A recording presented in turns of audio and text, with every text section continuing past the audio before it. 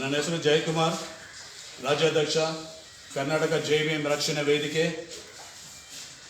ಇದು ಇವತ್ತು ಆರಂಭ ಆಗಿದೆ. ಇದು ಫಸ್ಟ್ ಪ್ರೆಸ್ ಮೀಟ್ ನಾನು ಮಾಡ್ತಾ ಇರೋದು.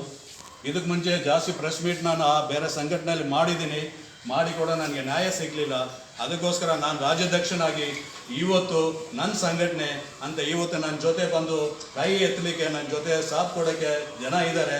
ಇಡೀ ಕರ್ನಾಟಕದಲ್ಲಿ ಎಲ್ಲ ಹೇಳ್ತಾ ಇರೋದು ಮಾತು ಏನಂದರೆ, ನೀವು ರಾಜ್ಯಾಧ್ಯಕ್ಷರಾದರೆ ನಾನು ನಿಮ್ಮ ಜೊತೆ ಇದ್ದೀನಿ ಅಂತ. ಇವತ್ತು ಸುಮಾರು ನನಗೆ 3,000 ಜನ ಮೇಲೆ ನನ್ನ ಜೊತೆ ಹಿಂದೆ ನಿಂತಿದ್ದಾರೆ. ಅವ್ರಿಗೆಲ್ಲ ನಾನು ನ್ಯಾಯ ಕೊಡಿಸ್ಬೇಕಂತ ನನಗೆ ಆಸೆ ಇದೆ.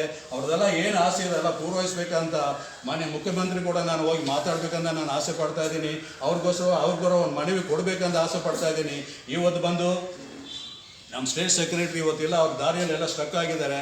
ಅವ್ರಿಗೂ ಭಾಳ ಉತ್ಸಾಹ ಮಾಡಿದ್ದಾರೆ. ನನಗೆ BT ಶಿವಕುಮಾರ್ ಅವರು ನನಗೆ ಈ ಸಂಘಟನೆ ಮಾಡಬೇಕು, ನೀನು ಮಾಡಿಲ್ಲ ಅಂದರೆ ನಿನಗೆ ನ್ಯಾಯ ಸಿಗಲ್ಲ ಅಂತ ಹೇಳಿದ್ದಾರೆ. ಇವತ್ತಿಂದ ನಾನು ಪ್ರಾರಂಭ ಮಾಡ್ತಾ ಇದ್ದೀನಿ. ಮೊದಲಾಗಿ ನಾನು ಪ್ರಾರಂಭ ಮಾಡೋದು ಬಂದು ಬೋಗನಹಳ್ಳಿ ದೇವಸ್ಥಾನ, ಅಂಗಾಲ ಪರಮೇಶ್ವರಿ ದೇವಸ್ಥಾನ ರಾತ್ರಿ ಹೊಡೆದಾಕಿದ್ದಾರೆ. ಉಳ್ಳಳ್ಳಿ ಸೈಟು, ಎರಡನೇದು ಉಳ್ಳಳ್ಳಿ ಸೈಟು ಮನೆಗಳು ಕಟ್ಟರಲ್ಲಿ ಹೊಡೆದಾಕ್ಬಿಡೋದು. ಬಡವರಿಗೆ ನ್ಯಾಯ ಸಿಗಲ್ಲ. ಇವತ್ತು ಅವ್ರಿಗೆ ಧ್ವನಿ ಎತ್ತಲಿಕ್ಕೆ ಇವತ್ತು ನನ್ನ ಸಂಘಟನೆಯಲ್ಲಿ ಅಲ್ಲ, ನ್ಯಾಯಕ್ಕೋಸ್ಕರ ನಿಂತ್ಕೊಳ್ತೆ, ಇವತ್ತು ಅನ್ಯಾಯಕ್ಕೋಸ್ಕರ ನಾವು ನಿಂತ್ಕೊಳ್ಳಲ್ಲ.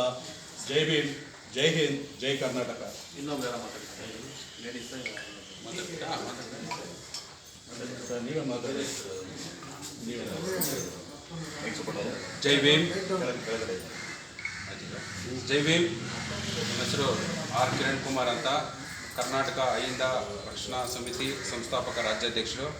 ಏನು ಈ ದಿನ ಕರ್ನಾಟಕ ಜೈ ಭೀಮ್ ರಕ್ಷಣಾ ವೇದಿಕೆ ರಾಜ್ಯಾಧ್ಯಕ್ಷರಾದಂಥ ಜಯಕುಮಾರ್ ಸಾಹೇಬರು ಮತ್ತು ಅವರ ಉಪಾಧ್ಯಕ್ಷರಾದಂಥ ಅಶೋಕ್ ಅವರು ಮತ್ತು ಮಂಜುಳಾ ಮೇಡಮ್, ಮಹಿಳಾ ಘಟಕ ಅಧ್ಯಕ್ಷರು ಮಂಜುಳಾ ಮೇಡಮ್ ಅವರು ಮತ್ತು ಇನ್ನೂ ಇತರರು ರಾಜ್ಯ ಮಟ್ಟದಲ್ಲಿ ಇವತ್ತು ನೂತನ ಸಂಘಟನೆಯನ್ನು ಉದ್ಘಾಟನೆ ಮಾಡಿದ್ದಾರೆ.